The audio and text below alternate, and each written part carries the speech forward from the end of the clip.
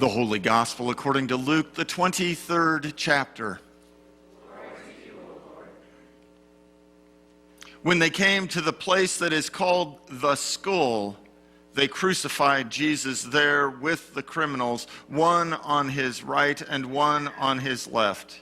Then Jesus said, "Father, forgive them, for they do not know what they are doing." And they cast lots to divide his clothing. And the people stood by watching, but the leaders scoffed at him, saying, "He saved others, let him save himself if he is the Messiah of God, his chosen one." The soldiers also mocked him, coming up and offering him sour wine and saying, "If you are the king of the Jews, save yourself." There was also an inscription over him, "This is the King of the Jews." One of the criminals who were hanged there kept deriding him and saying, "Are you not the Messiah? Save yourself and us." But the other rebuked him, saying, "Do you not fear God, since you are under the same sentence of condemnation? And we indeed have been condemned justly, for we are getting what we deserve for our deeds.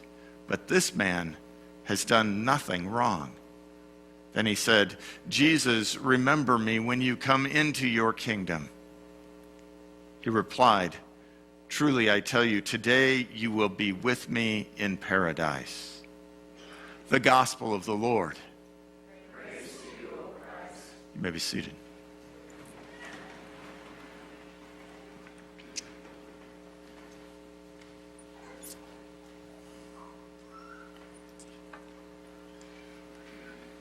Christ the King Sunday marks the conclusion of the church year. This is the high point, the enthronement, the climax of the history that gets rehearsed over and over again, church year after church year, as they roll by.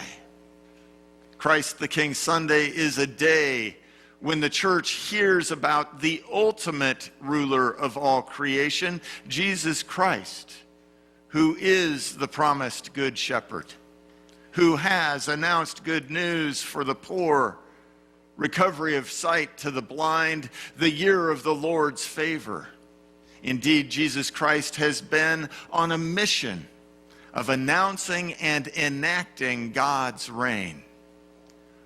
What many find perplexing is that on this day, the church hears the story of Jesus' crucifixion, that day when his ministry sure looked like abject failure. In his bruised and bleeding body on the cross, surrounded by the very kinds of folks he hung out with, thieves, insurrectionists, sinners, it is hard to see salvation nor new life. Today, the church celebrates by hearing a crisis moment. The Good Shepherd has been put to death for challenging the status quo, for challenging the ways that people are threatened, for confronting religious and political leaders who have failed in their role. Jeremiah pretty much lays it out with the leaders of his day, speaking for the Lord, "Woe to the shepherds who destroy and scatter the sheep of my pasture." The ancient call to kings, rulers of all stripes, can be summed up in these expectations. Watch over the flock, the people. Protect the flock, the people. Keep the flock together and in good order. Make sure that any who are hurt are taken care of.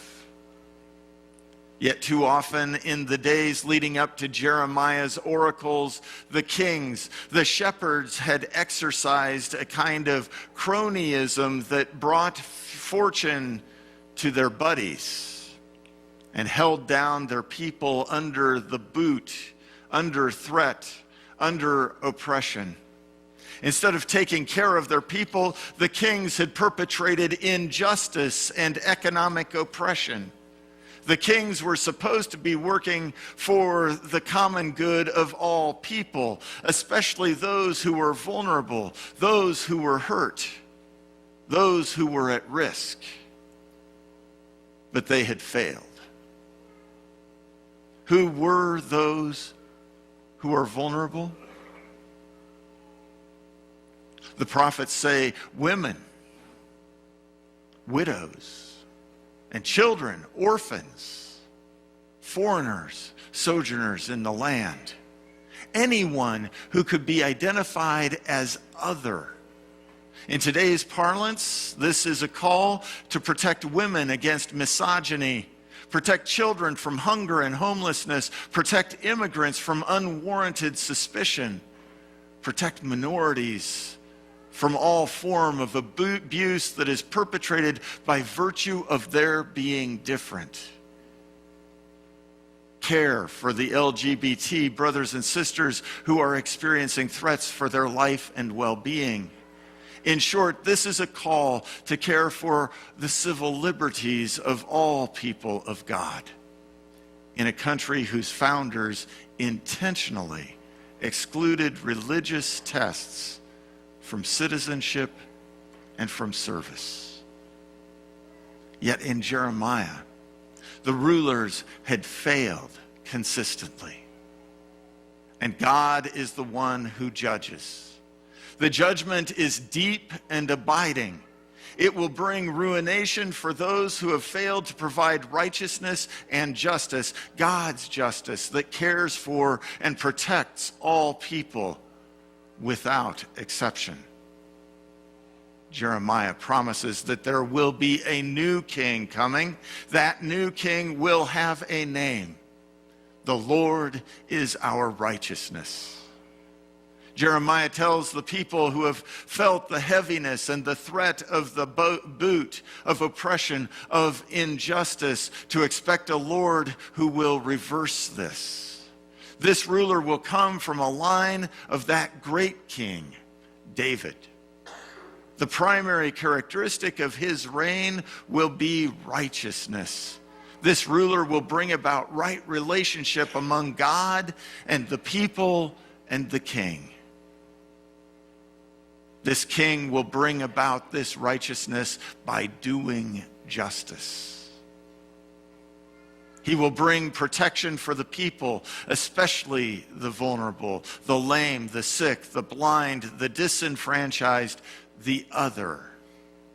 This protection is tied directly to the rule and the truth of justice. God's justice is no longer the justice of an eye for an eye, but rather will be the justice of service, of self-giving commitment to reconciliation, of seeking the well-being of all, including the undeserving, the sinner, the wayward.